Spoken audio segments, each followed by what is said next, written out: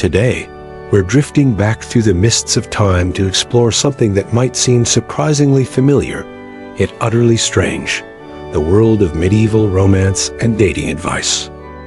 As you settle into your comfortable position, perhaps adjusting your pillow just so, imagine for a moment that you're not worrying about crafting the perfect dating app bio, or wondering whether to text back immediately or wait 3 hours. Instead, you're navigating the elaborate, ritualized world of medieval courtship, where love was an art form, complete with rules, regulations, and some truly bizarre advice that would make modern dating coaches blush. Tonight's journey takes us to the courts of 12th century France, to dusty manuscripts filled with the wisdom of learned chaplains, and to a world where catching someone's eye involved far more than a simple swipe right. Let's begin our story in the late 1100s, in the elegant courts of medieval France.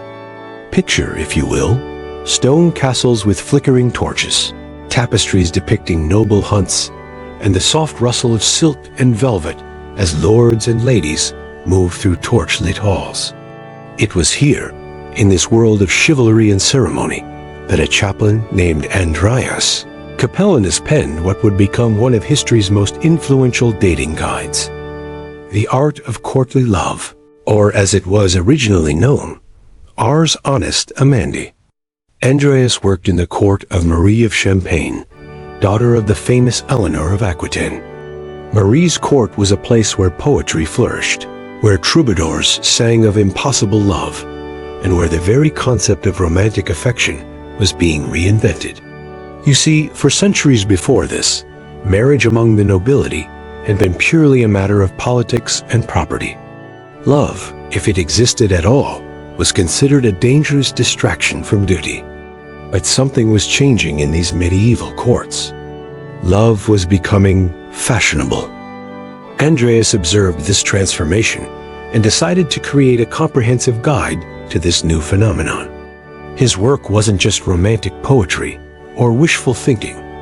He approached love with the methodical precision of a medieval scholar, creating rules, categories, and instructions that would seem both familiar and utterly alien to modern eyes. The very first lesson of medieval dating advice? Love, according to Andreas, was defined as an inborn suffering proceeding from the sight and immoderate thought upon the beauty of the other sex. Already, we can see this isn't exactly the "love yourself first" message of modern self-help books.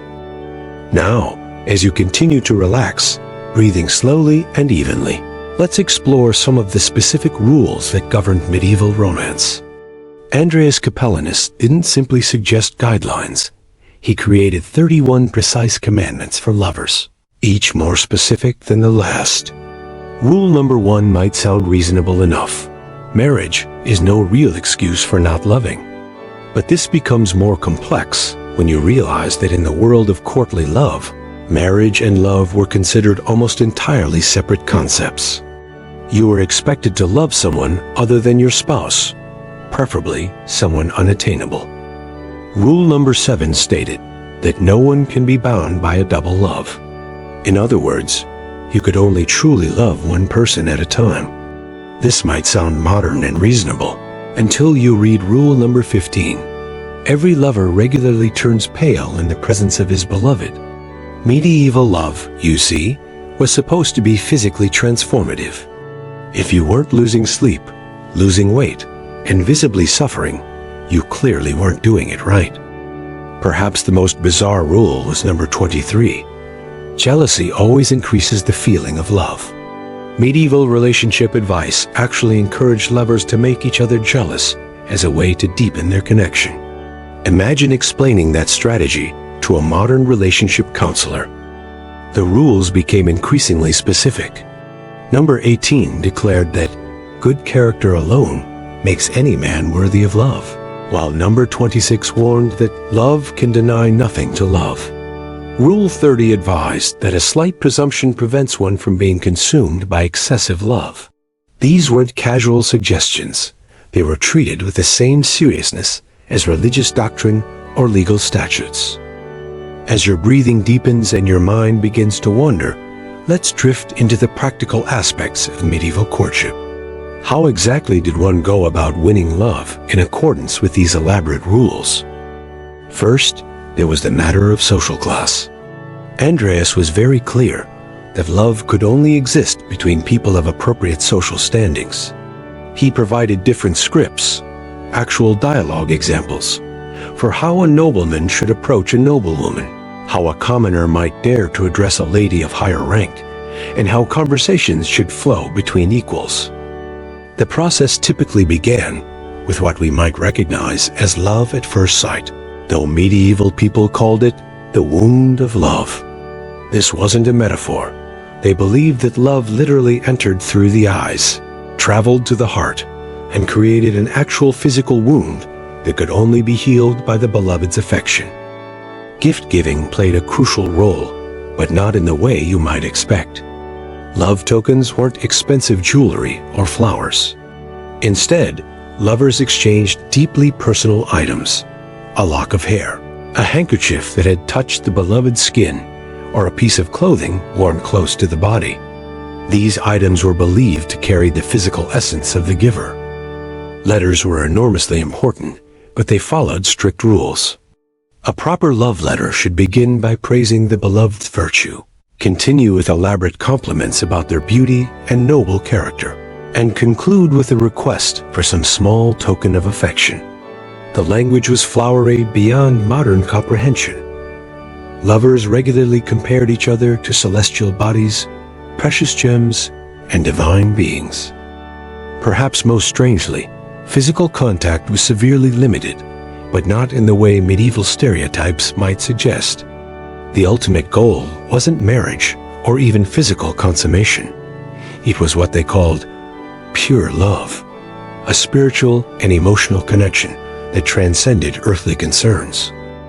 As you sink deeper into relaxation, imagine the most unusual institution of medieval romance, the courts of love. These weren't legal courts in any formal sense, but rather aristocratic gatherings where questions of love and courtship were debated and decided by panels of noble ladies. These courts, presided over by figures like Eleanor of Aquitaine and her daughter Marie of Champagne, heard cases that sound almost surreal to modern ears. Real questions brought before these courts included: can a woman love two men simultaneously? Is it better to be loved by a wise man or a handsome one? And can true love exist between married people? The ladies of these courts issued judgments with all the authority of legal verdicts. In one famous case, they ruled that a knight who had been rejected by one lady could not simply transfer his affections to another. True love, they declared, was singular and eternal. Another judgment stated that married couples could not experience true love with each other because love required uncertainty and longing, while marriage provided security and certainty. This ruling essentially declared that successful marriages were incompatible with romantic love. These courts also established seasonal rules for love. Spring was declared the season for new love to begin, while winter was reserved for deepening existing connections. Summer was considered too passionate for rational love decisions, and autumn was the time for lovers to prove their devotion through trials and separations. The influence of these courts extended far beyond their immediate participants. Their decisions were recorded, copied, and distributed throughout European aristocratic society, shaping romantic expectations for generations. As we near the end of our medieval journey, and as your mind prepares for rest, it's worth reflecting on how these bizarre dating rules from nearly 1,000 years ago continue to echo in our modern world. The idea that love should be difficult, that it should involve suffering and longing, that jealousy might actually intensify romantic feelings. These concepts didn't die with the medieval period. They evolved, transformed, and found new expressions in every subsequent era. The notion that true love is singular and eternal, that lovers should be transformed by their feelings, that romance requires elaborate rituals and expressions. All of these ideas trace their lineage back to Andreas Capellanus and those torch-lit medieval courts.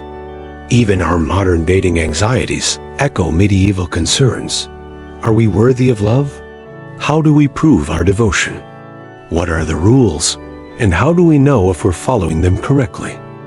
Perhaps the most enduring legacy of medieval dating advice is the idea that love is both an art and a science, something that can be studied, understood, and perfected through careful attention to rules and rituals. As you drift towards sleep tonight, you might find it oddly comforting to know that people have been trying to decode the mysteries of romance for over 800 years, and we're all still figuring it out, one bizarre piece of advice at a time. Until next time, may your love be less medieval, but perhaps just as enchanting.